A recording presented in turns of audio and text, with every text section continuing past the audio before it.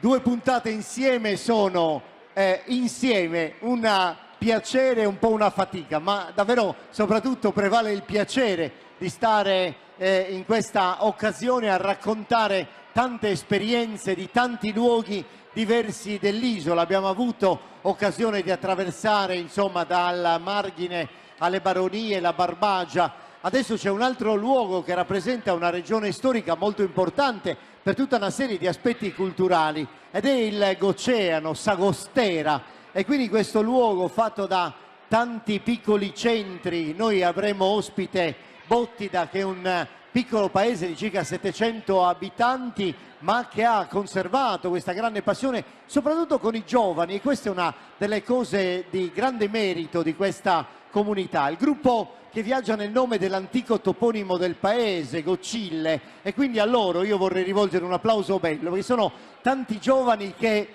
si, come dire, prodigano per vivere questa esperienza del ballo, dell'abbigliamento. Ogni volta che partecipano ad una manifestazione si devono preparare molte ore prima, perché il loro abbigliamento, come state vedendo, è così complesso. Le donne nel passato avevano modo di coprire il capo con questo telo inamidato, e quindi occorreva tanto tempo per prepararsi, però poi naturalmente la suggestione è tanta e loro sono molto belle nell'aspetto così piacevole, ma saranno anche molto brave e bravi nell'interpretare il ballo, che sarà accompagnato da Andrea Muredda, e il ballo è uno di quei balli di grande coinvolgimento tipico dell'area del Goceano ed è su ballo Gurrende.